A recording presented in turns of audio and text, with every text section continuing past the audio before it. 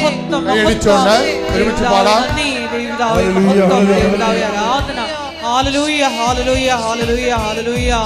പരിശുദ്ധ പരമ ദിവ്യകാരുണ്യത്തിന് ആരാധനയും സ്തുതിയും പുകഴ്ചയും ഉണ്ടായിരിക്കട്ടെ. ഇതുപോലെ തന്നെ വേറൊരു സാക്ഷ്യം ഉണ്ടായിരുന്നു. ഉടമ്പടിയുടെ കറണ്ട് റേറ്റിംഗ് നമുക്ക് മനസ്സിലാകണത്. ഉടമ്പടിയുടെ കറണ്ട് റേറ്റിംഗ്, ഞാൻ അങ്ങനെയാണ് സാക്ഷ്യത്തെ ഞാൻ സമീപിക്കുന്നത്. ഉടമ്പടി ആൾക്കാർ ഇൻവെസ്റ്റ് ചെയ്യുന്ന അവരുടെ കനാബലം പോലെ ഇൻവെസ്റ്റ് ചെയ്യുമ്പോൾ അവരുടെ റിസൾട്ട് എന്നൊക്കെ പറയണത് ഒരു ഒന്നൊന്നര റിസൾട്ടാണ്. ഇതിൻ്റെ അത് കണ്ടില്ലേ, ഇപ്പോൾ ജിയോയുടെ ഇൻവെസ്റ്റ്മെൻറ്റ് നമ്മുടെ സത്യസന്ധമായ ഇൻവെസ്റ്റ്മെൻറ്റാണ്, സീരിയസ് ഇൻവെസ്റ്റ്മെൻറ്റാണ്, വളരെ സീരിയസ് ആയിട്ട് ഇൻവെസ്റ്റ്മെൻറ്റാണ്. അല്ലാതെ നോക്കട്ടെ, കിട്ടിയ ഊട്ടി പോയ ചട്ടി എന്നൊക്കെ പറഞ്ഞുകൊണ്ട് നമുക്ക് എടുക്കാം, ലോട്ടറി ടിക്കറ്റ് എടുക്കണ പോലെ ഉടമ്പടി എടുത്തിട്ട് കാര്യമില്ല. അതൊരു സീരിയസ് ഇൻവെസ്റ്റ്മെൻറ്റിന് ദൈവമായിട്ടൊരു ഡീലിന് തയ്യാറാകുന്നവരെ,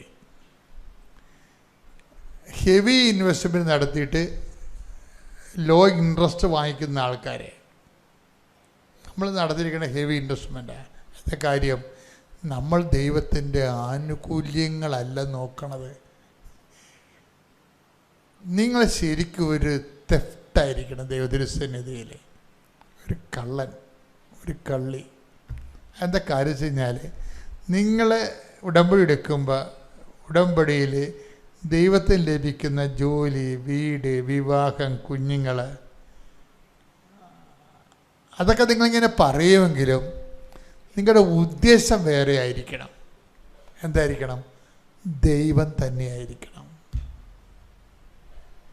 ദൈവത്തിന് തോന്നണം അത് ഇവളെ ജോലിക്ക് വേണ്ടിയല്ല എൻ്റെ പുറകെ നടക്കുന്നത്, എന്നെ തന്നെ കൊണ്ടുപോകാൻ വേണ്ടിയാണെന്ന് തോന്നണം. അങ്ങനെ ദൈവത്തിന് തോന്നിയ ദൈവത്തിൻ്റെ സ്വന്തമായി നീ ബ്രാൻഡ് ചെയ്യപ്പെടും. ദൈവത്തിൻ്റെ സ്വന്തമാണെങ്കിൽ പിന്നെ എന്നാ പരിപാടി? ഈച്ച് ആൻഡ് എവരിത്തിങ്, എല്ലാ വിഷയങ്ങൾക്കും. ഒന്നാമത് ഞാൻ ഇത്രയും നാൾ ദൈവമായിട്ടാണ് സഭയ്ക്ക് മനസ്സിലായത്, നമ്മൾ ദൈവം അല്ലാത്ത ഒരു വിഷയവും ഇല്ല ജീവിതത്തിൽ. നമ്മുടെ ജീവിതത്തിൽ ഇപ്പം നിങ്ങളുടെ സ്വകാര്യതയിൽ നിങ്ങൾക്ക് തന്നെ വലുതും ചെറുതുമായിട്ടുള്ള സ്വകാര്യത ഉണ്ടാകും. പക്ഷെ നിങ്ങളുടെ എല്ലാ വിഷയങ്ങളും ദൈവത്തിന് ഒരേ റേറ്റിങ്ങിലും പ്രാധാന്യത്തിലാണ് ദൈവം അക്സെപ്റ്റ് ചെയ്യണത്. ഇനി ആ വിഷയം അതിനേക്കാൾ ഭംഗിയായിട്ട് ചെയ്യാൻ നിലവിലുള്ള സാധ്യതകളെക്കാൾ മികച്ച സാധ്യതയാണ് ദൈവത്തിനുള്ളത്. കഴിഞ്ഞ ദിവസങ്ങളിലെ ഷീബ റാഫേൽ നമ്മുടെ തൃശ്ശൂർ സെൻറ് തോമസ് കോളേജിലൊരു പ്രൊഫസറാണ്. എനിക്ക് ഇഷ്ടപ്പെട്ടൊരു സാക്ഷ്യങ്ങളൊന്നായിരുന്നു. ഇവരുടെ സാക്ഷ്യം എന്ന് പറയുന്നത്, ഇവരൊരു സുവോളജിസ്റ്റാണ്. സുവോളജി എന്ന് പറയുന്നത് ഈ ഇൻസെക്ട്സിനെയൊക്കെ പഠിക്കത്തില്ലേ, അതിനെക്കുറിച്ചുള്ള റിസേർച്ചാണ്. അപ്പോൾ ഇവരുടെ PhD, ഇവർ പ്രൊഫസറാണ്, ഇവരുടെ PhD തീസിസ് വിചിത്രമായൊരു സബ്ജക്റ്റാണ്. സിൽവർ ഫിഷ് എന്നും സംഭവമാണ്. സിൽവർ ഫിഷ്, ഇരട്ടവാലൻ. കേട്ടാ ഇംഗ്ലീഷ്, നമ്മളാണ് ഇരട്ടവാലൻ, രണ്ടാം വാലൻ, 3 വാലനൊക്കെ പറയണത്. അടിപൊളി ഭാഷയായിട്ടിരിക്കണം. സിൽവർ ഫിഷ് സംഭവം ഇരട്ടവാലനാണ്, പക്ഷെ അതിനെക്കുറിച്ചുള്ള ഗവേഷണമാണ്. അപ്പോൾ എന്താ കുഴപ്പമെന്ന് പറയുന്നത്, ഇതൊരു കുഴപ്പം പിടിച്ച സബ്ജക്റ്റാണ്. നിങ്ങൾക്ക് ഓർക്കും ഇരട്ടവാലിനെ കുറിച്ച് എന്നാ ഗവേഷണം നടത്താനാണെന്ന്. അങ്ങനെയല്ല, ആ ഗവേഷണം നടത്താൻ വേണ്ടി വന്നപ്പോഴല്ലേ പ്രശ്നമായിപ്പോയത്. ഒന്നാമത്തെ ഇതിനെക്കുറിച്ച് വേറെ സ്റ്റഡീസൊന്നുമില്ല, വളരെ റെയർ സബ്ജക്റ്റാണ്, വേറെ ആരും പഠിച്ചിട്ടില്ല. അതോടുകൂടി 2019-18 പ്രോജക്റ്റാണ്. 2022 വന്നിട്ടും ഒരടി പോലും മുന്നോട്ട് പോകണില്ല, ഒരു പാരഗ്രാഫ് പോലും എഴുതാൻ പറ്റണില്ല. കാര്യം ഇതിൽ നിന്ന് ആരും ഗൈഡ് ചെയ്യാനില്ല. അപ്പോൾ 3 കൊല്ലം വേസ്റ്റായിപ്പോയി. അപ്പം ഷീബയുടെ അമ്മ പറഞ്ഞ്, നീ പോയി ഉടമ്പടി എടുക്ക്, മാതാവിൻ്റെ അടുത്ത് നിനക്ക് മാർഗം ഉണ്ടാകുമെന്ന് പറയും. അപ്പോൾ ഇവള് പറയുന്ന ഈ പ്രൊഫസർ പറയുന്ന ഒരു വിഷയം എന്ന് പറയണത്, why should I take covenant? I myself is A good and ഒരു ജസ്റ്റ് കാത്തലിക്കാണ്. അവിടെയാണ് വിഷയം. കണ്ട, അവരുടെ ഫസ്റ്റ് റെസ്പോൺസ് കണ്ട, ഞാൻ എന്തിനാണ് ഉടമ്പടി എടുക്കണത്? ഞാൻ നല്ലവണ്ണം പ്രാർത്ഥിക്കുന്ന ആളാണ്, കുർബാന കൂടുന്നയാളാണ്, കുടുംബ പ്രാർത്ഥന ഉള്ള ആളാണ്, ബൈബിൾ വായിക്കുന്ന ആളാണ്. Why should I take covenant? അപ്പം ഞാൻ കണ്ടിട്ടാണ്. അപ്പം ഫസ്റ്റ് സ്റ്റെപ്പ് അതാണ്. ഈ സ്റ്റെപ്പിന് ഈ ബ്രേക്ക് ത്രൂ ചെയ്യാതെ നമുക്ക് പിന്നീട് കാര്യം, നീ ഇപ്പം ഇങ്ങനെയാണെന്ന് പറഞ്ഞാലും, നീ ഓക്കെയാണ്, ആധ്യാത്മികമായിട്ട് ഓക്കെ ആണെന്ന് പറഞ്ഞാലും, ദൈവം നിന്നെ ഉടമ്പടി സംഭവിക്കണത് എന്താണ്? ദൈവം നിന്നെ ഹെൽപ്പ്, ഇത്രയും ഇതെല്ലാം ഓക്കെ ആയിട്ട് നീ കുർബാനയ്ക്ക് പോകുന്നുണ്ട്, നീ കുടുംബപ്രാർത്ഥന മുടക്കണില്ല, നീ കർത്താവിൻ്റെ രീതിയിൽ തന്നെ ഒരു വിശുദ്ധ ജീവിക്കുന്നുണ്ട്, പ്രത്യേകിച്ച് പാപങ്ങളൊന്നും ചെയ്യണില്ല എന്ന് പറഞ്ഞാലും, ചില സബ്ജക്റ്റ് ദൈവശിരസനിൽ നീ കാണുന്നത് ഈ അപ്ഗ്രഡേഷൻ എന്ന സംഭവമുണ്ട്. അറിയാമല്ലോ, നമ്മൾ പണ്ടിരുന്ന പോലെയാണ് ഇപ്പം ഇരിക്കുന്നത്. അല്ല, ഇനിയിപ്പോൾ കണ്ണുമേക്കുന്ന നേരത്ത് നാം എല്ലാം രൂപാന്തരപ്പെട്ട് അവനെപ്പോലെ ആകുന്നേ. അപ്പോൾ മനുഷ്യൻ വളർന്നുകൊണ്ടേയിരിക്കണം, ദൈവത്തിലേക്ക് വളർന്നുകൊണ്ടേയിരിക്കുകയാണ്. അപ്പോൾ അതുകൊണ്ട് തന്നെയാണ് ഈ വളർച്ച ദൈവം ആഗ്രഹിക്കുന്നുണ്ട്. ഇതിൻ്റെ ചാലഞ്ച് എന്ന് പറയണത് കർത്താവ് തന്നെ ഈ ചാലഞ്ച് കൂട്ടുകയല്ലാതെ കുറച്ചിട്ടില്ല. കർത്താവ് പറഞ്ഞു, B perfect as your heavenly father is perfect. കർത്താവ് എന്താ പറഞ്ഞത്? എൻ്റെ സ്വർഗസ്ഥനായ പിതാവ് പരിപൂർണനായിരിക്കുന്ന പോലെ നിങ്ങളും പരിപൂർണ. അപ്പോൾ നമുക്ക് നല്ല ചാലഞ്ച് തന്നിട്ടുണ്ട്. നമുക്ക് ജീവിത ആവശ്യങ്ങളുണ്ടോ, അതിന് സമ്മർദ്ദമുണ്ടോ, അത് നിനക്ക് മാത്രം ചെയ്യാൻ പറ്റുമോ, നിനക്ക് ചെയ്യാൻ പറ്റത്തില്ലേ? Divide of that fact. The challenge is that be perfect as your heavenly Father is perfect. നീ ദൈവപിതാവിനെ പോലെ പരിശുദ്ധനായിരിക്കാൻ പരിപൂർണനായിരിക്കാൻ ദൈവം നമുക്കൊരു വെല്ലുവിളി തന്നിരിക്കുകയാണ്. നമുക്കത് സ്വീകരിക്കാതെ മുന്നോട്ട് പോകാൻ പറ്റത്തില്ല.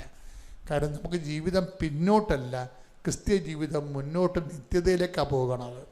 അപ്പം അതുകൊണ്ട് ചില ആൾക്കാർക്ക് അവരെത്ര ഓക്കെയാണെന്ന് പറഞ്ഞാലും ദൈവം പറയും ഓക്കെ അല്ലെന്ന് പറയും. നിങ്ങൾ ഓക്കെ അല്ല എന്ന് പറയുന്നതിൻ്റെ സൂചനയാണ് നിങ്ങളുടെ നിലവിലുള്ള ആധ്യാത്മികമായ പരിചരണങ്ങളെ കൊണ്ട് ജീവിതാവസ്ഥകൾക്ക് മാറ്റമില്ലാതെ തുടരുന്നത്. അത് തന്നെയാണ് ഇപ്പോൾ ഷിബ പറയണത്. Why should I take covenant? ഞാനൊരു കാത്തലിക്കാണ്, ജസ്റ്റിഫൈഡ് ആയിട്ടുള്ള ലൈഫുള്ള ആളാണ്. അപ്പോൾ അമ്മ പറഞ്ഞു, എന്നിട്ടും ഇതൊന്നും നടക്കണില്ലല്ലോ, 3 കൊല്ലം വയസ്സായില്ലേ, ഇത്രയും വൃത്തിയും വിലയായിട്ട് ജീവിച്ചിട്ടും 3 കൊല്ലം വയസ്സായില്ലേ. ഇനിയിപ്പോൾ നമ്മുടെ മുമ്പിൽ കേരളത്തിൽ ഓപ്ഷനുള്ളത് എന്താണ്? ഉടമ്പടിയേ ഉള്ളൂ. അതാണ് അമ്മയ്ക്കറിയാം, ബോധമുണ്ട്. അപ്പോൾ അവൾക്കത് മനസ്സിലായപ്പോൾ അവളൊന്ന് ഉടമ്പടി എടുത്തു. ശിവ ഉടമ്പടി എടുത്തതിന് ശേഷം, ഉടമ്പടി എടുത്ത് കഴിയുമ്പോൾ എന്താണ്, നമ്മൾ വേറൊരു ലിങ്ക് ഓപ്പൺ ചെയ്യണം ദൈവമായിട്ട്. ഒരു എക്സ്ട്രാ ലിങ്ക് നമ്മൾ ദൈവമായിട്ട് ഓപ്പൺ ചെയ്യണം. വേറെ ഒരു കമ്മ്യൂണിക്കേഷൻ പ്ലാറ്റ്ഫോം ഇവിടെ എമർജ് ചെയ്ത് വരികയാണ്. അത് നമ്മൾ നേരത്തെ കണ്ട കാര്യങ്ങളല്ല. ദൈവത്തിന് കൂടുതൽ ലോഡായിട്ടുള്ള കാര്യങ്ങൾ നമ്മളായിട്ട് കമ്മ്യൂണിക്കേറ്റ് ചെയ്യാൻ പറ്റും. ഇവിടെ അതനുസരിച്ച് തന്നെ അപ്ഗ്രേഡ് ചെയ്തു, ആധ്യാത്മിക ജീവിതം അപ്ഗ്രേഡ് ചെയ്തു. കുർബാന മുടക്കാറില്ല. ഇപ്പോൾ പറയണത്, എനിക്ക് തൃശ്ശൂർ ഇത്രയും പള്ളിയുണ്ടോയെന്ന് എനിക്കറിയത്തില്ലായിരുന്നെന്ന്. കാര്യം എല്ലാ പള്ളിയിലെയും കുർബാന ഏത് സമയത്താണ് എനിക്കറിയാം. അതിന് ഞാൻ എത്ര ബിഷി ഷെഡ്യൂളാണെങ്കിലും എവിടെയെങ്കിലും പോയി കുർബാന അർപ്പിച്ച് കർത്താവിനെ സ്വീകരിച്ചിട്ട് മാത്രമേ ഞാൻ കിടന്നുറങ്ങത്തുള്ളൂ. ഇപ്പം നിലപാട് മാറി, അപ്ഗ്രേഡ് ചെയ്ത്, ആധ്യാത്മിക അപ്ഗ്രേഡ് ചെയ്തു. അതനുസരിച്ച് ബൈബിള് വായിക്കാൻ തുടങ്ങി. ബൈബിള് വായിക്കാൻ കാരണം മുമ്പ് ഞാൻ കുടുംബ പ്രാർത്ഥനയ്ക്ക് 3 മിനിറ്റേ ബൈബിള് വായിക്കത്തുള്ളായിരുന്നു. ഇപ്പം ഞാൻ മസ്റ്റായിട്ട് ഒരു അരമണിക്കൂർ ബൈബിള് വായിക്കും. എന്താ കാരണം എന്ന് വെച്ച് കഴിഞ്ഞാൽ ബൈബിളിൽ എഴുതിയിട്ടുണ്ട് എന്താണ്, ദൈവത്തിനൊന്നും അസാധ്യമല്ലെന്ന്. അതാണ് വിഷയം. അത് നമ്മളെ കേട്ടിട്ടുണ്ടത്. പക്ഷേ ഷീബ കേട്ടിരിക്കണത് വേറെ ഷീബയ്ക്ക് എപ്പോഴും വേറെ ലെവലിലാണ്. എന്നുവെച്ചാൽ ഇവൾക്ക് അസാധ്യമായി പോയില്ലേ. എന്ത് 3 കൊല്ലം ഈ ഇരട്ട പാലിൻ്റെ പുറകെ നടന്നിട്ട് ഒരു അരപ്പേജ് പോലും എഴുതാവത്തില്ലല്ല. അപ്പം അസാധ്യമാണ്. അപ്പോൾ ബൈബിളാണ് പറയണത് ലൂക്കാ 1:37 ദൈവത്തിനൊന്നും അസാധ്യമല്ലല്ലോ എന്ന്. അപ്പം അസാധ്യമല്ലെന്ന് ലോകത്തോട് പറയുന്ന ഒരേ ഒരു പുസ്തകമാണിത്. കൈയടിക്കുന്ന ശ്രുതികടല്ലേ. എൻ്റെ പേര് സിനി. ഞാൻ കാഞ്ഞിരപ്പള്ളിയിൽ നിന്നാണ് വരുന്നത്. സെൻറ്റ് തോമസ് ചർച്ചിയുടെ അംഗമാണ്. ഞാൻ ആദ്യമായിട്ട് ഉടമ്പടി എടുത്തത് 2022 മെയ്യിലാണ്. അപ്പോൾ ഞാനിവിടെ ഈ പള്ളിയിൽ വന്ന് ഒത്തിരി ആവശ്യങ്ങളുമായിട്ടാണ് ഞാൻ പള്ളിയിലോട്ട് വന്നത്. അപ്പം ഞാൻ ആ സമയത്ത് കൊറോണ സീസൺ ആയതുകൊണ്ട് ഞാനിങ്ങനെ യൂട്യൂബ് സ്ക്രോൾ ചെയ്തപ്പം അതിനകത്ത് അച്ഛൻ്റെ സാക്ഷ്യങ്ങളും അച്ഛൻ പറഞ്ഞ ധ്യാനങ്ങളെല്ലാം കണ്ടുകൊണ്ടാണ് ഞാൻ ആദ്യമായിട്ട് ഈ കൃപാസനം എന്ന അൽത്താരയും പള്ളിയും എനിക്ക് പരിചയമായത്. അന്ന് തൊട്ട് എനിക്ക് തോന്നി ഉടമ്പടി ഒന്ന് എടുത്താൽ കൊള്ളാം എന്ന് വിചാരിച്ച അങ്ങനെ ഇവിടെ വന്ന് ഉടമ്പടി എടുത്തു. ആദ്യമായിട്ട് വെച്ചത് എൻ്റെ ഫാമിലിയിലുള്ള പ്രശ്നങ്ങളൊന്ന് മാറിക്കിട്ടാനായിരുന്നു. അങ്ങനെ ഞാൻ ഉടമ്പടി എടുത്ത് 60 നിയോഗങ്ങളുണ്ട്. എന്നാലും 6 നിയോഗങ്ങൾ വെച്ച് ഞാനിവിടെ ഉടമ്പടി എടുത്തു. ആദ്യമായി എനിക്ക് എൻ്റെ സാധ്യം വെച്ചത് എൻ്റെ കുടുംബത്തിലുള്ള പ്രശ്നങ്ങൾ ആദ്യമായി മാറിക്കിട്ടി. പിന്നെ ഞാനൊരു നേഴ്സാണ്. അപ്പോൾ എൻ്റെ ഒരു ആഗ്രഹം ഒരു യൂറോപ്യൻ രാജ്യത്തിൽ പോയി എനിക്കൊന്ന് സെറ്റ് ആവണമെന്ന് എനിക്ക് വലിയൊരു ആഗ്രഹമായിരുന്നു. അങ്ങനെ ഞാൻ ന്യൂസിലൻഡിൻ്റെ പ്രോസസ്സ് ചെയ്തുകൊണ്ടിരിക്കുന്ന സമയമായിരുന്നു 2022 തൊട്ട്. അങ്ങനെ ഞാൻ ഒത്തിരി പ്രാർത്ഥിച്ചു. ഒരു 4 ഉടമ്പടി ഞാൻ പുതുക്കി, അതിനുവേണ്ടി പ്രാർത്ഥിച്ചു, ഒരുങ്ങി. പക്ഷേ എനിക്ക് ന്യൂസിലൻഡ് എന്ന സ്ഥലത്തോട്ട് പോകാൻ ഒരു കാരണവശാലും പറ്റുന്നില്ല. ഞാൻ എന്നിട്ട് അവസാനം കരഞ്ഞ് ഞാൻ മാതാവിനോട് 4ാമത്തെ ഉടമ്പടി പുതുക്കിയിട്ട് ഞാൻ മാധവനോട് പറഞ്ഞു, ഇനി എനിക്കൊരു ഉടമ്പടി പുതുക്കിയിട്ട് എനിക്കിനി ഈ ഒരു സ്ഥലത്ത് പോകാൻ പറ്റിയില്ലെങ്കിൽ ഇനി ഞാൻ ആ ഒരു സ്ഥലത്തേക്കുള്ള പോക്ക് ഞാൻ അവസാനിപ്പിക്കും. അതുപോലെ തന്നെ ഞാൻ ഇനി ഉടമ്പടി പുതുക്കുകയില്ല എന്ന് ഞാൻ അമ്മയോട് പറഞ്ഞു. ഞാനങ്ങനെ അത് പറഞ്ഞു. എനിക്ക് ഞാനത് ആ ഒരു സമയത്തും എനിക്ക് ആ ന്യൂസിലൻഡ് എന്ന സ്ഥലത്തേക്ക് പോകാൻ വേണ്ട കാര്യങ്ങൾ സാധിച്ചില്ല. അത് കഴിഞ്ഞ് ഞാൻ ഉടമ്പടിയൊക്കെ അങ്ങ് മടക്കി വേണ്ടാന്ന് വെച്ചു. ഇനിയും പ്രാർത്ഥിക്കും എങ്കിലും ഉടമ്പടിയോടെ എനിക്ക് അത്ര ഒരു താല്പര്യമില്ലാതെ പോയി. കാരണം ഞാൻ ഇത്രയും പ്രാർത്ഥിച്ചിട്ട് കാര്യങ്ങൾ നടക്കുന്നില്ല. ബാക്കി ഞാൻ ആർക്ക് വേണ്ടിയൊക്കെ പ്രാർത്ഥിക്കുന്നോ അവരുടെ എല്ലാം കാര്യങ്ങൾ നടക്കുന്നു. ആ സമയത്ത് എൻ്റെ കൂടെ OET എഴുതിയ പിള്ളേർ അവരെല്ലാം പല സ്ഥലത്ത് പോയി, ന്യൂസിലൻഡിൽ പോയി, അവിടെ ക്യാമ്പ് പ്രോഗ്രാം എല്ലാം കഴിഞ്ഞു. പക്ഷേ എനിക്ക് മാത്രം ന്യൂസിലൻഡ് സ്ഥലത്തോട്ട് പോകാനേ പറ്റുന്നില്ല.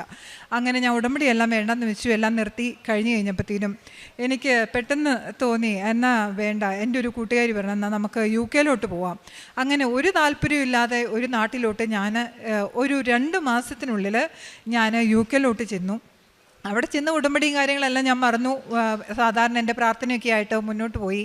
അങ്ങനെ 2024 ഓഗസ്റ്റ് ആയപ്പം മെയ് ആയപ്പോൾ ഞാൻ നാട്ടിൽ വന്നു. കാരണം എൻ്റെ കൊച്ചിൻ്റെ ആദ്യ കുർബാനയായിരുന്നു. ഞാൻ നാട്ടിൽ വന്ന് തിരിച്ചു കഴിഞ്ഞപ്പം എൻ്റെ ഹസ്ബൻഡ് ഒരിക്കലും പതിവില്ലാതെ പുള്ളി എന്നോട് ചോദിച്ചു, നീ എല്ലാ പള്ളിയിലും ധ്യാനത്തിന് പോയും പ്രാർത്ഥിക്കാൻ പോയി, നേർച്ചയൊക്കെ കഴിക്കാൻ പോയി, നീ എന്തുകൊണ്ട് കൃപാസനത്തിലോട്ട് പോകുന്നില്ല? ഞാനപ്പം പറഞ്ഞു കൃപാസനത്തിൽ പോകണം. എന്നാലും എൻ്റെ മനസ്സിൽ പോകണം. എന്നാലും പുള്ളി പറഞ്ഞതല്ലേ, എന്നാൽ ശരി. ഞാനും ഇവിടെ വന്നു, ഈ പള്ളിയിലിരുന്നു.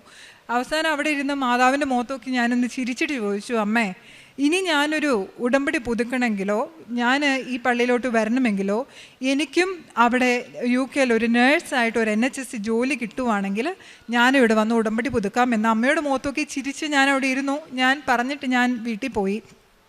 ഞാൻ UK തിരിച്ചു ചെന്ന് കഴിഞ്ഞപ്പോൾ ഞാൻ പുറകോട്ടൊന്ന് തിരിഞ്ഞു നോക്കി. കാരണം ഞാൻ അന്ന് ന്യൂസിലൻഡ് പ്രൊസീജിയർ സ്റ്റാർട്ട് ചെയ്ത് ഞാൻ ന്യൂസിലാൻഡിൽ പോയായിരുന്നെങ്കിൽ എനിക്ക് അവിടെ ചെന്ന് കഴിഞ്ഞാൽ ഒരിക്കലും ജോലി കിട്ടത്തില്ലായിരുന്നു. ഞാനൊരു 20 ലക്ഷം രൂപ നാട്ടിൽ നിന്ന് മേടിച്ച് കടമൊക്കെ മേടിച്ച് നാട്ടിൽ ചെന്ന് അവിടെ ചെന്ന് ജോലിയില്ലാതെ ഞാൻ തിരിച്ചു വരുമായിരുന്നു. എൻ്റെ കൂടെ വർക്ക് ചെയ്ത പിള്ളേരും അതുപോലെ തന്നെ എൻ്റെ കൂടെ കസിൻസ് എല്ലാം അവിടെ പോയി ജോലിയില്ലാതെ തിരിച്ചു വരുന്ന സമയത്ത് പരിശുദ്ധ ദൈവമാതാവും ഈശോയും എന്നെ കരുതിയെന്ന് വേണം പറയാൻ. എനിക്ക് ആ സ്ഥലത്തേക്ക് പരിശുദ്ധ അമ്മ എന്നെ വിട്ടില്ല.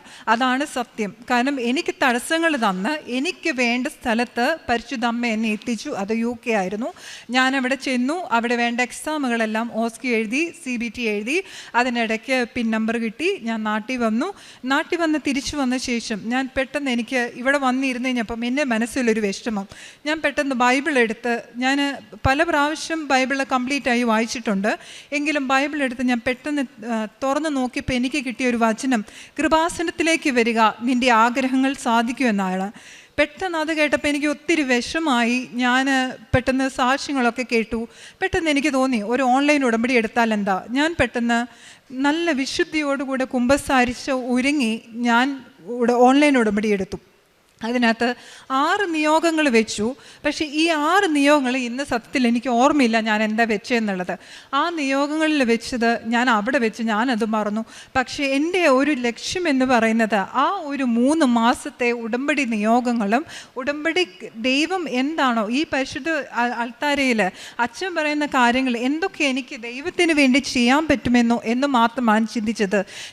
എനിക്ക് ഡ്യൂട്ടി ഇല്ലാത്ത സമയങ്ങൾ ഞാൻ കുമ്പസാരിക്കാനും കുർബാനയ്ക്ക് പോകാനും എല്ലാ ദിവസവും കൂടുതൽ എഫേർട്ട് എടുത്ത് ഞാൻ പള്ളിയിൽ പോയി കാര്യപ്രവർത്തനങ്ങളെല്ലാം കൂടെ ചെയ്യാൻ കൂടി. പിന്നെ അങ്ങനെ ഞാൻ എന്നെ തന്നെ ഞാൻ വിശുദ്ധീകരിച്ചു. ഞാൻ എൻ്റെ ആഗ്രഹങ്ങൾ മറന്നു. എനിക്ക് ജോലി കിട്ടിയാലും ജോലി കിട്ടിയില്ലെങ്കിലും പരിശുദ്ധ അമ്മയും ഈശോയും എനിക്ക് വേണ്ടി എന്താണോ കരുതിയത് അത് എനിക്ക് മതിയെന്ന് ഞാൻ തീരുമാനിച്ചു. അങ്ങനെ ഞാൻ കഴിഞ്ഞ 2 മാസത്തിന് മുമ്പ് എനിക്ക് UK പിൻ നമ്പർ, ഒരു നേഴ്സായി വർക്ക് ചെയ്യാനുള്ള പിൻ നമ്പർ കിട്ടി. അതുകൂടെ തന്നെ ഞാനപ്പം ഒരു ദിവസം ഒരു സാക്ഷ്യം കേട്ടു. ഒരമ്മ പറയുന്ന സാക്ഷ്യമാണ്. ആ അമ്മയുടെ മകൾക്ക് വേണ്ടി അമ്മ ഒരു ഉടമ്പടി എടുത്ത് നിയോഗം വെച്ചു. അമ്മയ്ക്ക് ആ മോക്കൊരു 3 ഇൻ്റർവ്യൂ കിട്ടണം. ആ 3 ഇൻ്റർവ്യൂവിൽ ഇൻ്റർവ്യൂ സെലക്റ്റായി അമ്മ കൊടുക്കണം. അപ്പം ഞാനത് കേട്ടപ്പോൾ അമ്മയോട് പറഞ്ഞു, അമ്മ ഇത് കൊള്ളാലോ. അപ്പം ഞാൻ എന്നിട്ട് പറഞ്ഞു, അമ്മേ എനിക്കും വേണം ഒരു 3 ഇൻ്റർവ്യൂ. അതിൽ നിന്ന് ഒരു 3-ൽ 1 അമ്മ എനിക്ക് സെലക്ട് ചെയ്യണം. ഇന്നത്തെ ഒരു സാഹചര്യം അനുസരിച്ച് UK ജോലി കിട്ടുക, ഒരു ഇൻ്റർവ്യൂ കിട്ടുക, ഷോർട്ട് ലിസ്റ്റ് ചെയ്യുക എന്ന് പറയുന്നത് നമുക്കൊരു 100-ൽ ഒരു 10% പോലും ഇപ്പം സാഹചര്യം കുറഞ്ഞിരിക്കുക. ഒരു 150 ആപ്ലിക്കേഷൻ ഇട്ട് കഴിഞ്ഞാൽ ഒരു ഇൻ്റർവ്യൂ കിട്ടിയാലായി, അത് കിട്ടിയില്ലായി. അപ്പോൾ അങ്ങനെ ഞാൻ പ്രാർത്ഥിച്ച സമയത്ത് ദൈവമാതാവ് എനിക്ക് 3 ഇൻ്റർവ്യൂ ഒരു മാസത്തിനുള്ളിൽ ജനുവരിയിൽ 2026 ഞാൻ 3 ഇൻ്റർവ്യൂ അറ്റൻഡ് ചെയ്തു. അതിനകത്ത് ആദ്യത്തെ ഇൻ്റർവ്യൂ ഞാൻ പോയി, ഒരു ഇതുമില്ലാതെ ഞാൻ പോയി. അമ്മയുടെ ഉപ്പ് എൻ്റെ കയ്യിലുണ്ടായിരുന്നു. ഞാൻ വിശുദ്ധ തൈലം വെച്ച് കുരിശ് വരച്ച് ഉപ്പ് ഞാൻ ഹോസ്പിറ്റലിലെ വാതിക്കൽ കൊണ്ടിട്ടിട്ട് ഞാൻ പരിശുദ്ധ അമ്മയോട് പറഞ്ഞു, അമ്മേ നിനക്കും നിൻ്റെ പുത്രനും ഈ ഒരു ഹോസ്പിറ്റൽ എനിക്ക് നൽകാൻ ഇഷ്ടമാണെങ്കിൽ നീ എനിക്കിവിടെ തരണമെന്ന് ഞാൻ അമ്മയോട് പറഞ്ഞു. ഞാൻ അവിടെ പോയി ഇൻ്റർവ്യൂ അറ്റൻഡ് ചെയ്തു, തിരിച്ചു വന്നു. എനിക്ക് കിട്ടിയല്ലോ എന്ന് എനിക്ക് യാതൊരു ടെൻഷനും ഇല്ല. ഞാൻ ഹാപ്പി ആയിട്ട് ഞാൻ പോയി ഇൻ്റർവ്യൂ അറ്റൻഡ് ചെയ്ത് തിരിച്ചു വന്നു. 4 മണിയായപ്പോൾ അവരെന്നെ വിളിച്ചു പറഞ്ഞു, സിനി ആ ഇൻ്റർവ്യൂ അറ്റൻഡ് ചെയ്ത് സക്സസ് ആയി എന്ന് പറഞ്ഞു. അന്ന് തൊട്ട് കറക്റ്റ് 1 മന്തിനുള്ളിൽ എനിക്ക് ഇൻ്റർവ്യൂവിൻ്റെ ആ ഒരു പ്രോസസ്സ് സ്റ്റാർട്ട് ചെയ്യാനും ഇന്ന് ഞാനിവിടെ COSുമായിട്ടാണ് നിൽക്കുന്നത്. ഈവൻ COS അവിടെ UK അപ്ലൈ ചെയ്യുന്നതിലും 1 മാസം കഴിയാതെ COS കൈ കിട്ടത്തില്ല. 10 ദിവസത്തിനുള്ളിൽ പരിശുദ്ധ അമ്മയും ഈശോയും കൂടെ എനിക്ക് COS തന്നു. ഞാൻ ഈ ഒരു സാക്ഷ്യം പറയാനും എനിക്ക് ഉടമ്പടി പുതുക്കാനുമായിട്ടാണ് ഞാൻ ഇവിടെ വന്നത്. ഉടമ്പടി പുതുക്കി കഴിഞ്ഞാൽ ഞാൻ തിരിച്ചു പോയി വിസയ്ക്ക് വേണ്ടി അപ്ലൈ ചെയ്യും. ഇതാണ് പരിശുദ്ധ അമ്മ എനിക്ക് ആദ്യം തന്ന ഏറ്റവും വലിയ തടസ്സങ്ങളിലൂടെ നൽകിയ അനുഗ്രഹം എന്ന് പറയുന്നത്. ഇതാണ് എനിക്ക് നൽകിയത്. പിന്നെ അടുത്ത സാക്ഷ്യം എന്ന് പറഞ്ഞാൽ എനിക്ക് വലിയൊരാഗ്രഹമായിരുന്നു എൻ്റെ പപ്പയ്ക്കും അമ്മയ്ക്കും ഒരു വീട് വേണമെന്നുള്ളത്. അപ്പം അവർക്ക് കുറച്ച് സാമ്പത്തിക ബാധ്യതകളുണ്ടായിരുന്നു. ഞാൻ പഴയ ഉടമ്പടിയിൽ വെച്ചു, അമ്മേ അവരുടെ കടബാധ്യതകൾ മാറ്റി കൊടുക്കണേ. അന്ന് ഞാൻ നാട്ടിലായിരുന്നു, എനിക്ക് അനിയത്തിയുണ്ട്, അവളും നാട്ടിലായിരുന്നു. 2 പെൺപിള്ളേരാണ്. അവരെ എങ്ങനെ സഹായിക്കണമെന്ന് എനിക്കറിയത്തില്ല. പക്ഷേ അത്ഭുതകരമായി എൻ്റെ മമ്മിക്ക് അവരുടെ ഒരു പ്രോപ്പർട്ടിയിൽ ഒരിക്കലും കൊടുക്കാത്ത ഒരു വീതം അവർക്ക് കൊടുത്ത അവരുടെ തടസ്സങ്ങൾ പരിശുദ്ധ അമ്മ നൽകി അനുഗ്രഹിച്ചു. അപ്പം ഈ ഒരു വലിയ അനുഗ്രഹം പരിശുദ്ധ അമ്മ എൻ്റെ ജീവിതത്തിൽ തന്നതിന് ഞാൻ ദൈവത്തിന് ഒത്തിരി നന്ദി പറയുന്നു. കാരുണ്യ പ്രവർത്തനങ്ങൾ ഞാൻ ചെയ്തതെന്ന് പറയുന്നത്, ഞാൻ UK ആയതുകൊണ്ട് എനിക്ക് ഒത്തിരിയേറെ കാരുണ്യ പ്രവർത്തനങ്ങൾ അവിടെ ചെയ്യാൻ പരിമിതികളുള്ളത് കൊണ്ട് എനിക്ക് അറിയാവുന്ന ഒരു ആൾ അരയ്ക്ക് കീഴ്പ്പെട്ട് പുള്ളി തളർന്നു കിടക്കുവാണ്. ഒരു കൊച്ചാണ്, 29 വയസ്സ് 30 വയസ്സേ ഉള്ളൂ. അപ്പം അവന് വേണ്ട കാര്യങ്ങൾക്ക് മരുന്ന് മേടിക്കാനുള്ള എത്രയാണെന്ന് വെച്ച് കഴിഞ്ഞാൽ അത് ഞാൻ എല്ലാ മാസവും അവന് അന്ന് തൊട്ട് ഞാൻ അവന് ഇന്ന് വരെ അയച്ചു കൊടുത്തുകൊണ്ടിരിക്കുന്നു. അതുപോലെ ആരെങ്കിലും എവിടെയെങ്കിലും ഞാനൊരു വയ്യ എന്ന് കാണുവാണെങ്കിൽ അവർക്ക് സഹായം ചെയ്യും. ഹസ്ബൻഡിനോടാണേലും അനാഥ മന്ദിരത്തിൽ പോയി അവർ ആർക്കെങ്കിലും സഹായം ചെയ്യാനാണെങ്കിൽ പുള്ളിക്കാരനോട് പറഞ്ഞ് പുള്ളിക്കാരനത് ചെയ്തു കൊടുക്കുന്നുണ്ട്. പിന്നെ ഇതിലുപരി എനിക്ക് വിശുദ്ധിയിൽ ജീവിക്കാനും ഏറ്റവും കൂടുതൽ ദൈവത്തോട് അടുത്ത് ജീവിക്കാനും എനിക്ക് പരിശുദ്ധാമ്മ ഒരു അനുഗ്രഹം തന്നു. ഇപ്പം ഞാൻ ഒരിക്കലും ഈ ഒരു ഉടമ്പടി ഞാൻ പുതുക്കി, എനിക്ക് പ്രത്യേകിച്ച് എഴുതാൻ വേണ്ടിയിട്ട് ഒരു നിയോഗങ്ങളും ഇല്ല, ഒരു ആഗ്രഹങ്ങളും ഇല്ല. ഞാൻ ആകെ വെച്ചത് എൻ്റെ കുടുംബത്തെയും എനിക്കറിയാവുന്നവരെയും ഞാൻ ആർക്ക് വേണ്ടി പ്രാർത്ഥിക്കുന്നു അവരെയെല്ലാം വിശുദ്ധിയോടുകൂടെ വളർത്തണമെന്ന ഒരു നിയോഗം മാത്രമേ എനിക്കുള്ളൂ. കാരണം എനിക്കറിയാം ഈ പരിശുദ്ധ അമ്മയുടെ മണ്ണിൽ ചവിട്ടി നിൽക്കുവാണെങ്കിൽ ഉറപ്പായും അവരുടെ കാര്യങ്ങളെല്ലാം സാധിക്കുമെന്ന് എനിക്ക് പൂർണ്ണമായും വിശ്വാസമുണ്ട്. അതുപോലെ എന്നെപ്പോലെ ഒത്തിരി നേഴ്സുമാർ വിദൂര സ്ഥലങ്ങളിൽ ജോലിയില്ലാതെയും അതുപോലെ നാട്ടിൽ കണ്ണുനീരോടുകൂടെ പ്രാർത്ഥിക്കുന്ന ഒത്തിരി പേരുണ്ടെന്ന് എനിക്കറിയാം. ആരും ഇതുവേണ്ടി വിഷമിക്കേണ്ട. ഈ പരിശുദ്ധ അമ്മയുടെ മുന്നിൽ വന്ന് നിന്ന് നിങ്ങൾ പ്രാർത്ഥിച്ചു കഴിഞ്ഞാൽ ഇന്നല്ലെങ്കിൽ നാളെ നിങ്ങളുടെ തടസ്സങ്ങൾ ദൈവം അത് അനുഗ്രഹമാക്കി മാറ്റും. എനിക്ക് തന്ന ഇത്രയും വലിയ അനുഗ്രഹങ്ങൾക്ക് പരിശുദ്ധ അമ്മയ്ക്കും ഈശോയ്ക്കും ഒരു കോടി നന്ദി പറയുന്നു. ആമേൻ. എൻ്റെ പേര് ബോണിയ സിറിയക്. ഞാൻ ലിറ്റിൽ ഫ്ലവർ ചർച്ച് പുന്നവേലി ഇടവകാംഗമാണ്. എനിക്ക് ഈശോവരി മാതാവ് നൽകിയ എല്ലാ അനുഗ്രഹങ്ങൾക്കും കൃപകൾക്കും ഞാൻ നന്ദി പറയുന്നു. ഞാൻ ആദ്യമായിട്ട് ഉടമ്പടി എടുക്കുന്നത് 2022 സെപ്റ്റംബർ 12 ഞാനൊരു CA ഇൻ്റർ വിദ്യാർത്ഥിനിയായിരുന്ന സമയത്താണ് ഓൺലൈനിൽ ഞാൻ ഉടമ്പടി എടുത്തത്. ഉടമ്പടി എടുക്കാനുള്ള പ്രധാനപ്പെട്ട കാരണം എനിക്ക് പരീക്ഷാ ദിവസങ്ങളിൽ വരുന്ന ഭയങ്കരമായ ഭയമായിരുന്നു. എക്സാമിൻ്റെ രാവിലെ എനിക്ക് വോമിറ്റിങ്ങും മറ്റ് ശാരീരിക അസ്വസ്ഥതകളും വരുമായിരുന്നു. അതുകൊണ്ട് തന്നെ എന്നെ എക്സാമിന് വീട്ടിൽ നിന്ന് ഒരാൾ കൊണ്ടാണ് എക്സാം എഴുതിച്ചുകൊണ്ടിരുന്നത്.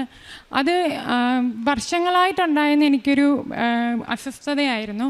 അത് മാറാൻ വളരെയേറെ ഞാൻ ആഗ്രഹിച്ചിരുന്നെങ്കിലും എനിക്കത് സാധിച്ചില്ല. പക്ഷെ ഞാൻ ഓൺലൈൻ ഉടമ്പടി എടുത്ത ആ ദിവസം ഒരു സ്വിച്ച് ഇട്ട പോലെ എൻ്റെ ആ ഭയം മാറി. എനിക്ക് പരീക്ഷാ ഭയം പിന്നീട് ഒരിക്കലും വന്നിട്ടില്ല. പല പരീക്ഷകൾ പിന്നീട് എഴുതിയിട്ടുണ്ടെങ്കിലും അപ്പോഴൊക്കെ ഞാനൊരു ഭയങ്കര സന്തോഷത്തോടെ അല്ലെങ്കിൽ ഒരു ഭയവും കൂടാണ്ടാണ് ഞാൻ എക്സാം പോകുന്നതും പ്രിപ്പയർ ചെയ്ത് എഴുതുന്നതും. അങ്ങനെ ഞാൻ CA ഇൻ്റർ എക്സാം എഴുതി ആ അറ്റംപ്റ്റിൽ മാതാവിൻ്റെ വലിയ അനുഗ്രഹത്താൽ എനിക്ക് 2 ഗ്രൂപ്പും നല്ല മാർക്കോടുകൂടി പാസ്സാകുവാൻ സാധിച്ചു. പിന്നീട് എൻ്റെ CA ഫൈനലിൻ്റെ പ്രിപ്പറേഷൻ്റെ സമയത്ത് എനിക്ക് ചില സബ്ജക്റ്റുകൾ പഠിക്കാൻ ഒട്ടും പറ്റുന്നില്ലായിരുന്നു. എനിക്ക് അത് എൻ്റെ മനസ്സിൽ നിൽക്കുകയോ എനിക്കത് പഠിച്ചെടുക്കാനോ സാധിച്ചിരുന്നില്ല. അങ്ങനെയുള്ള വിഷയങ്ങൾ ഞാൻ മാതാവിൻ്റെ മുമ്പിൽ വെച്ച് കൊന്ത ചൊല്ലി പ്രാർത്ഥിച്ചിരുന്നു. അതിൻ്റെ ഫലമായിട്ട് മാതാവിൻ്റെ കൂടെ ഇരുന്ന് എന്നെ പഠിപ്പിക്കുകയും എൻ്റെ എക്സാം ഹോളിൽ എൻ്റെ കൂടെ ഇരുന്ന് എൻ്റെ ചെവികളിൽ ഞാൻ പഠിച്ച കാര്യങ്ങൾ എനിക്ക് ഓർമ്മയിൽ തരികയും ചെയ്തു. ഉടമ്പടി എടുക്കുന്നതിന് മുമ്പായിട്ട് എനിക്ക് എക്സാം ഹോളിൽ കയറുമ്പോൾ ഞാൻ പഠിച്ച കാര്യങ്ങൾ പോലും എനിക്ക് ഓർമ്മയിൽ നിന്നിരുന്നില്ല. ഞാനത് മറന്നു പോവുമായിരുന്നു. പക്ഷെ അതിന് ശേഷം ഇന്നേ വരെ എനിക്ക് ആ മറവി ഉണ്ടായിട്ടില്ല. എക്സാം ഹോളിൽ കയറി കഴിയുമ്പം എവിടെ നിന്നാണ് എനിക്ക് ഉത്തരം വരുന്നതെന്ന് അറിയില്ല. അതുപോലെ ശക്തമായ രീതിയിൽ എൻ്റെ ചെവിയിൽ ഒരാൾ ഉത്തരം പറയുന്ന പോലെ എനിക്ക് തോന്നിയിട്ടുണ്ട്. ഏത് ക്വസ്റ്റ്യൻ എഴുതണം, എങ്ങനെ എഴുതണം എന്നതെല്ലാം മാതാവ് എനിക്ക് സഹായിച്ചിട്ടുണ്ട്. അത് പഠിക്കുന്ന സമയത്താണെങ്കിലും അങ്ങനെ എനിക്ക് നല്ല രീതിയിൽ പ്രിപ്പയർ ചെയ്യാനായിട്ട് എന്നെ സഹായിച്ചിരുന്നു. അങ്ങനെ ഞാൻ എൻ്റെ CA ഫൈനലിൻ്റെ എക്സാം എഴുതുന്നതിന് മുമ്പായിട്ട് ഇവിടെ വന്ന അച്ഛൻ്റെ കൈവപ്പ് ശുശ്രൂഷ വാങ്ങിച്ചിരുന്നു. കൈവപ്പ് ശുശ്രൂഷയുടെ സമയത്ത് അച്ഛൻ പ്രാർത്ഥിച്ച് ഒരു കാശുരൂപം വെഞ്ചരിച്ച് തന്നിരുന്നു. ആ വെഞ്ചരിച്ച് തന്ന കാശുരൂപം ഞാൻ എൻ്റെ സ്റ്റഡി മെറ്റീരിയലിനുള്ളിൽ വെച്ചിട്ട് വിശ്വാസ പ്രമാണം ചൊല്ലിയതിന് ശേഷമായിരുന്നു പഠിക്കാനിരിക്കുന്നത്. എൻ്റെ ഒരു ദിവസം എന്നും ആരംഭിക്കുന്നത് വിശുദ്ധ കുർബാനയിൽ പങ്കെടുത്തിട്ടാണ്. എത്രയേറെ പഠിക്കാനുണ്ടെങ്കിലും പഠിച്ചു തീർന്നില്ലെങ്കിലും ഞാൻ ഒരിക്കലും വിശുദ്ധ കുർബാന മുടക്കിയിരുന്നില്ല. പക്ഷെ ഉടമ്പടി എടുക്കുന്നതിന് ശേഷം ഞാൻ എന്നും വിശുദ്ധ കുർബാനയിൽ പങ്കെടുക്കുന്ന ഒരു വ്യക്തി ആയിരുന്നില്ല. പക്ഷേ ഉടമ്പടി എടുത്തതിന് ശേഷം എന്നും വിശുദ്ധ കുർബാനയിൽ പങ്കുകൊള്ളുകയും വിശുദ്ധ കുർബാനയിലുള്ള എൻ്റെ പങ്കാളിത്തത്തിലൊരു മാറ്റം വരികയും ചെയ്തു. നേരത്തെ അത്ര തീവ്രമായ വിശുദ്ധ കുർബാനയിൽ പങ്കെടുത്തിരുന്നില്ല. പക്ഷെ ഉടമ്പടി എടുത്തതിന് ശേഷം ഈശോയുടെ കുരിശുമരണവും പീഡാനുഭവവും ഉത്ഥാനവും അനുസ്മരിച്ചുകൊണ്ട് വിശുദ്ധ കുർബാനയിൽ പ്രാർത്ഥിച്ചിരുന്നു. അതുപോലെ തന്നെ നേരത്തെ കൊന്ത ചെല്ലുമ്പോഴാണെങ്കിലും എത്രയും വേഗം തീർക്കാൻ വേണ്ടിയിട്ട് സ്പീഡിൽ കൊന്ത ചൊല്ലി തീർക്കുമായിരുന്നു. പക്ഷെ ഉടമ്പടി എടുത്തതിന് ശേഷം വളരെ വ്യക്തമായിട്ട് മനസ്സിലാക്കി, പ്രാർത്ഥനയുടെ അർത്ഥം മനസ്സിലാക്കി കൊന്തയൊക്കെ ഞാൻ കൈ വിരിച്ച് കൊന്ത ചെല്ലുമായിരുന്നു. ദിവസം 2-3 കൊന്തയൊക്കെ ചെല്ലുന്നതിന് എനിക്കൊരു മടിയുണ്ടായിരുന്നില്ല. അതിനുശേഷം മാത്രം ഞാൻ പഠിക്കാനിരിക്കുകയുള്ളായിരുന്നു. അപ്പോൾ എൻ്റെ ഒരു അറ്റംപ്റ്റിൽ എൻ്റെ ഈ ഞാൻ പാസ്സായ 2 ഗ്രൂപ്പും 2 അറ്റംപ്റ്റുകളിലായിട്ടാണ് ഞാൻ എഴുതി പാസ്സായത്. അപ്പോൾ ആ 2 അറ്റംപ്റ്റുകളിൽ മാതാവിൻ്റെ വലിയൊരു ഇടപെടലുണ്ടായിരുന്നു. അതിലൊരു അറ്റംപ്റ്റിൽ എനിക്ക് എക്സാം ഹോളിൽ കയറി അവസാനത്തെ പരീക്ഷ എഴുതുന്ന സമയത്ത് എനിക്ക് ഭയങ്കരമായൊരു തലവേദന വന്നു. എക്സാം ഒരിക്കലും എഴുതി തീർക്കാൻ പറ്റത്തില്ല, തീരാണ്ട് എഴുതി ഇറങ്ങേണ്ടി വരും എന്ന് ഞാൻ ഓർത്തു. പക്ഷേ ഞാൻ ഉടമ്പടി ഉപ്പും അതുപോലെ തന്നെ തൈലവും ഉപയോഗിച്ച് പ്രാർത്ഥിക്കുകയും ഉടമ്പടി കാശുരൂപം മുറുകെ പിടിക്കുകയും ചെയ്തതിന് ഫലമായിട്ട് എനിക്ക് ആ എക്സാം എഴുതാനും ആ അറ്റംപ്റ്റിൽ എനിക്ക് ആ ഒരു ഗ്രൂപ്പിൽ ക്ലിയർ ചെയ്യാനും സാധിച്ചു. ആ ഗ്രൂപ്പ് ഞാൻ പാസ്സാവുന്നുള്ളതിനൊരു അടയാളം മാതാവ് എനിക്ക് സ്വപ്നത്തിൽ കാണിച്ചു തന്നു. മാതാവിൻ്റെ 2 കരങ്ങളിലായിട്ട് എൻ്റെ 2 പേപ്പർ, എൻ്റെ ഫേസിങ് ഷീറ്റ് ഇരിക്കുന്നതായിട്ട് ഞാൻ വ്യക്തമായിട്ട് ദർശനത്തിലൂടെ കണ്ടു. ശേഷം അടുത്ത ഗ്രൂപ്പിൻ്റെ പ്രിപ്പറേഷൻ കഴിഞ്ഞപ്പം ഞാനിവിടെ അഖണ്ഡ ജപമാല മഹാറാലിയിൽ പങ്കെടുത്ത് പ്രാർത്ഥിച്ചിരുന്നു. അങ്ങനെ പങ്കെടുത്ത് പ്രാർത്ഥിച്ചതിന് ശേഷം ഞാൻ സെപ്റ്റംബറിൽ എൻ്റെ എക്സാം എഴുതിയിരുന്നു. അപ്പം ഞാൻ പ്രാർത്ഥിക്കായിരുന്നു, സെപ്റ്റംബർ മാസം മാതാവേ നിൻ്റെ ബർത്ത്ഡേ ആണ്, നവംബർ മാസം എൻ്റെ ബർത്ത്ഡേ ആണ്, അത് എനിക്കൊരു ബർത്ത്ഡേ ഗിഫ്റ്റായിട്ട് നീ എന്നെ ഒരു ചാർട്ടേഡ് അക്കൗണ്ടൻ്റ് ആക്കണമേ. അങ്ങനെ പ്രാർത്ഥിച്ചതിന് ഫലമായിട്ട് നവംബർ 3-ാം തീയതി എൻ്റെ റിസൾട്ട് വന്നു. ഞാനൊരു CA കാരിയായി. ഇത് മാതാവിൻ്റെ വലിയൊരു കരുതലും മാതാവിൻ്റെ വലിയൊരു അനുഗ്രഹമാണെന്ന് ഞാൻ ഉറച്ചു വിശ്വസിക്കുന്നു. കാരണം ഒരിക്കലും എൻ്റെ കഴിവ് കൊണ്ട് എനിക്ക് പാസ്സാവാൻ സാധിക്കാതിരുന്ന കാര്യം അമ്മയുടെ വലിയ അനുഗ്രഹത്താൽ എനിക്ക് പാസ്സാകാൻ സാധിച്ചു. അച്ഛൻ പറയുന്ന പോലെ not by merit but by grace ആണ് ഞാൻ ഉറച്ചു വിശ്വസിക്കുന്നു. എനിക്ക് എന്തെങ്കിലും കാര്യത്തിൽ നമ്മൾ ഉടമ്പടി എടുത്തതിന് ശേഷം നമ്മുടെ ജീവിതത്തിൽ പ്രശ്നങ്ങളും പ്രതിസന്ധികളും വരികയില്ല എന്നല്ല, വരും. പക്ഷെ അതിനെ തരണം ചെയ്യാനുള്ളൊരു ശക്തി, അതിനുള്ളൊരു കൃപ നമുക്ക് മാതാവ് നൽകും. നമ്മുടെ കൂടെ ഒരാളുള്ള പോലത്തെ ഒരു സാന്നിധ്യം നമുക്ക് അനുഭവിക്കാൻ സാധിക്കും. ഞാൻ വളരെയേറെ സങ്കടം വരുമ്പോൾ ഞാൻ പ്രാർത്ഥിക്കാറുണ്ട്, ഈശോയെ നീ പൂങ്കാവനത്തിൽ പ്രാർത്ഥിച്ചിരുന്നപ്പം രക്തം വിയർത്തപ്പം നീ ദൈവത്തോട് പറഞ്ഞു, കർത്താവേ ഒരു മാലാഖേനെ എനിക്ക് വേണ്ടി അയക്കണേ എന്നെ ശക്തിപ്പെടുത്താൻ. അതുപോലെ ഞാൻ പ്രാർത്ഥിക്കായിരുന്നു, ദൈവമേ എൻ്റെ ജീവിത പ്രശ്നങ്ങൾ വരുമ്പോൾ എന്നെ ശക്തിപ്പെടുത്തുവാൻ സ്വർഗത്തു നിന്നൊരു ദൂതനെ എനിക്ക് വേണ്ടി അയക്കണമേ. അതുപോലെ തന്നെ ഈശോയുടെ കുരിശൻ ചുവട്ടിൽ എല്ലാം തകർന്നു നിന്നപ്പോൾ ഈശോയുടെ ചോരയിൽ ചവിട്ടി നിന്നവളാണ് അമ്മ. അമ്മ എളിമപ്പെട്ട് ദൈവഹിതം അനുസരിച്ച് ജീവിച്ചവളാണ്. അതുപോലെ എന്നെയും ദൈവമേ നിൻ്റെ ഹിതം അനുസരിച്ച് ജീവിക്കുവാനുള്ള ക്രമപ്പെടുത്തണമേ, എന്നെ എളിമപ്പെടുത്തണേ എന്ന് പ്രാർത്ഥിക്കായിരുന്നു. ഉടമ്പടി എടുത്തതിന് ശേഷം വീഴ്ചകൾ സംഭവിച്ചിട്ടുണ്ട്, പക്ഷേ അത് ഞാൻ എപ്പോഴും തിരുത്തുവാൻ ശ്രമിച്ചിരുന്നു. കുറേയും കൂടി എളിമപ്പെടുവാനും അതുപോലെ തന്നെ നമ്മളോട് തെറ്റ് ചെയ്യുന്നവരോട് ക്ഷമിക്കുവാനും ഉള്ളൊരു വലിയ കൃപാവനം ലഭിച്ചു. അങ്ങനെ CA പാസ്സായതിനു ശേഷം ഞാനൊരു ജോലിക്ക് വേണ്ടി ഡേറ്റിട്ട് പ്രാർത്ഥിച്ചിരുന്നു. ഡേറ്റിട്ട് പ്രാർത്ഥിച്ചതിൻ്റെ തലേന്ന് എനിക്കൊരു കോൾ വന്നു ഇൻ്റർവ്യൂവിൽ പങ്കെടുക്കാൻ. അങ്ങനെ ഫസ്റ്റ് റൗണ്ട് ഓഫ് ഇൻ്റർവ്യൂ ഞാൻ പങ്കെടുക്കുന്ന സമയത്ത് ഓൺലൈൻ ഇൻ്റർവ്യൂ ആയിരുന്നു. ഞാൻ ഇവിടുത്തെ വിശുദ്ധ വസ്തുക്കളായ ഉപ്പും തൈലവും തേനും മാതാവിൻ്റെ ഉടമ്പടി കാശുരൂപവും മുറുകെ പിടിച്ചുകൊണ്ട് എനിക്ക് ഇൻ്റർവ്യൂവിന് പങ്കെടുക്കാൻ സാധിച്ചു. ഇൻ്റർവ്യൂവിന് പങ്കെടുക്കുമ്പോഴും എൻ്റെ നാവിനുണ്ടായിരുന്നൊരു തടസ്സം അതെനിക്ക് മാറുന്നതായിട്ട് നല്ലപോലെ ഫീൽ ചെയ്തു. എനിക്ക് പ്രസൻറ്റേഷനായിരുന്നു എൻ്റെ ഒരു ഇൻ്റർവ്യൂ. അപ്പം നല്ല രീതിയിൽ എനിക്ക് കാര്യങ്ങൾ പ്രസൻറ്റ് ചെയ്യാൻ സാധിച്ചു, ഒരു തടസ്സവും കൂടാതെ. ഒരാൾ ചെവിയിലിരുന്ന് എങ്ങനെ പറഞ്ഞിരുന്നോ അതുപോലെ നല്ല രീതിയിൽ എനിക്ക് പ്രസൻറ്റ് ചെയ്യാൻ സാധിച്ചു. അങ്ങനെ സെക്കൻഡ് റൗണ്ട് ഓഫ് ഇൻ്റർവ്യൂ ഞാൻ പങ്കെടുത്തു. 2 ഇൻ്റർവ്യൂവും പാസ്സായി. എനിക്ക് മാതാവ് ഡിസംബർ 5-ാം തീയതി നല്ലൊരു ജോലി നൽകി അനുഗ്രഹിച്ചു. മാതാവും ഈശോയും വഴി ലഭിച്ച എല്ലാ അനുഗ്രഹങ്ങൾക്കും ഞാൻ പ്രത്യേകം നന്ദി പറയുന്നു. ഉടമ്പടി എടുത്തതിന് ശേഷം ഞാനിവിടെ പ്രേക്ഷിത പ്രവർത്തനങ്ങൾ ചെയ്തിരുന്നത്, ആൾക്കാർ ഒരുപാട് കൂടുന്ന പള്ളികളിൽ പോയിട്ട് പത്രങ്ങൾ വിതരണം ചെയ്യുമായിരുന്നു. കാരുണ്യപ്രവർത്തികളാണെങ്കിലും നമ്മുടെ കുടുംബത്തിനുള്ളിലും പുറത്തും അനാഥാലയങ്ങളൊക്കെ എന്നാലാവും വിധമുള്ള സഹായങ്ങൾ ഞാൻ ചെയ്തു കൊടുത്തിരുന്നു. അതുപോലെ തന്നെ കൂടുതൽ എളിമപ്പെടുവാനും നമ്മളോട് തെറ്റ് ചെയ്യുന്നവരോട് ക്ഷമിക്കുവാനും അവർക്ക് വേണ്ടി പ്രാർത്ഥിക്കാനുള്ള വലിയൊരു കൃപ മാതാവ് നൽകി അനുഗ്രഹിച്ചു. അങ്ങനെ മാതാവും ഈശോയും നൽകിയ എല്ലാ അനുഗ്രഹങ്ങൾക്കും ഞാൻ നന്ദി പറയുന്നു.